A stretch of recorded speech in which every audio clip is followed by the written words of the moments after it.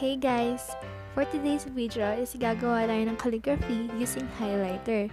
Kasi some of you are beginner pa lang and walang mga calligraphy brush pen, kaya ito-try natin siya sa highlighter. Yung mga unang natandaan natin is mga thin strokes and thick strokes. Yung mga thin strokes, ito yung mga pataas. Huwag ka masyadong maglagay ng pressure. Sa thick strokes naman, ito yung mga pababa.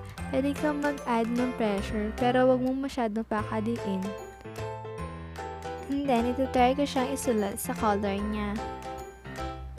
Sa paggawa ko ng thin strokes, ginagamit ko yung pointed part ng tip ng highlighter.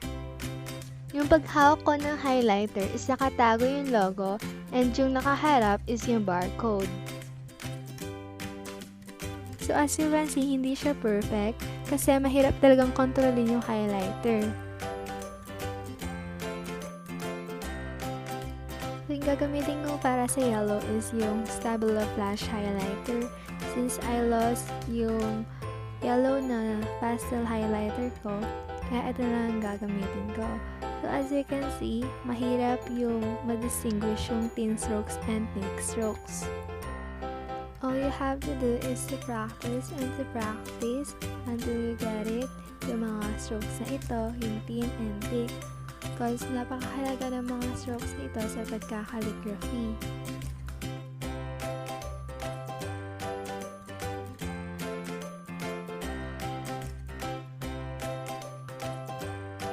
Lagi nating tatandaan na yung mga pataas ay yung mga maninipis. Tapos yun namang mga pababa is yung mga makakapal na strokes.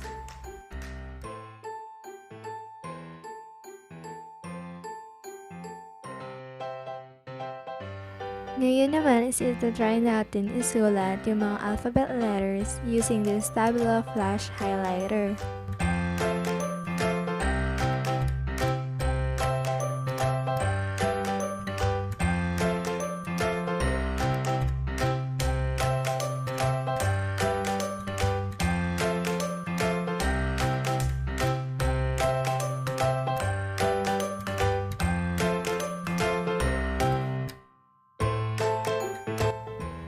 So ayan, dapat na-distinguish natin yung thin strokes sa thick strokes.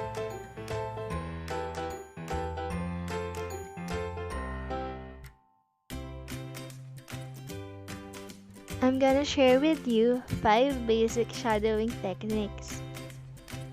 So una, mag-write muna tayo ng word. So yung mga word na ilalagay ko or isusulat is yung mga weekdays.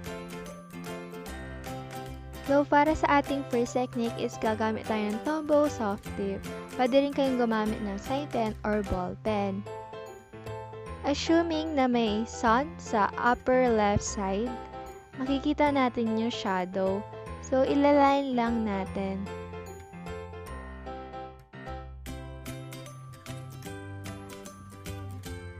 Susulat muna natin yung ating next word, which is Tuesday.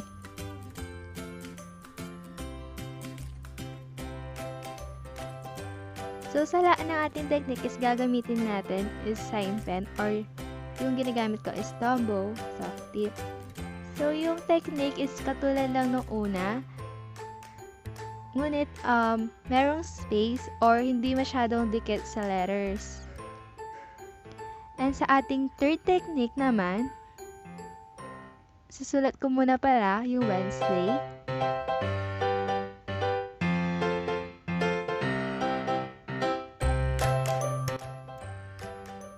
Yung third technique natin is gagawa tayo ng outline.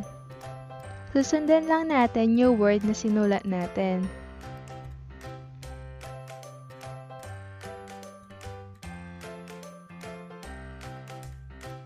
Medyo matagal lang siyang gawin, pero it's satisfying naman. Kaya dapat tiyaga-tiyaga lang sa pag-outline para mas maganda yung kalalabasan niya.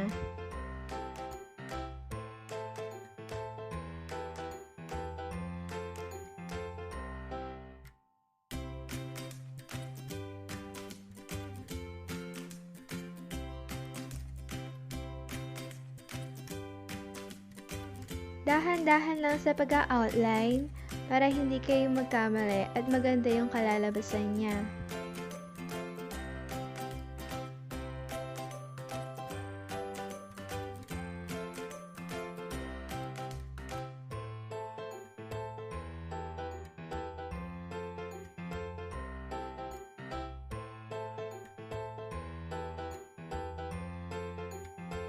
Ayan, ganyan lang siya. And then, sa next is yung Thursday. And ang ating fourth shadow technique.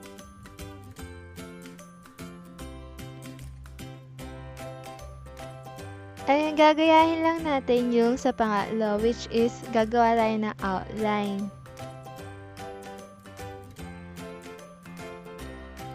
Ito lang talaga yung medyo matagal gawin, yung pag-outline. Pero nakaka-satisfying naman siya.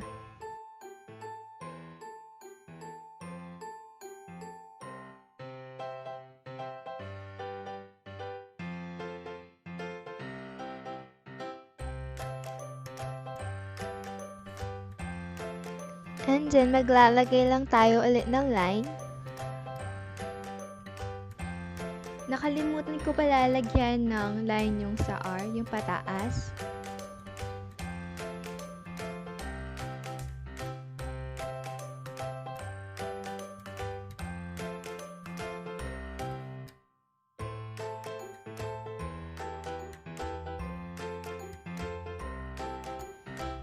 Ayan, ganyan lang siya. Pero para mas maganda tignan, is lalagyan ko siya ng stripes.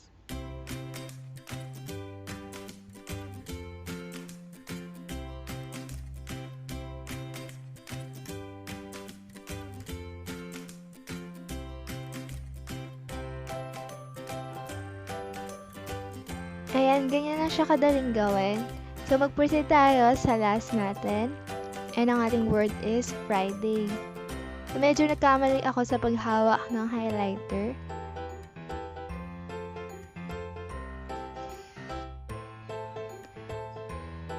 Gagawa tayo ulit ng outline, yung parang ginawa natin sa pangatlong technique.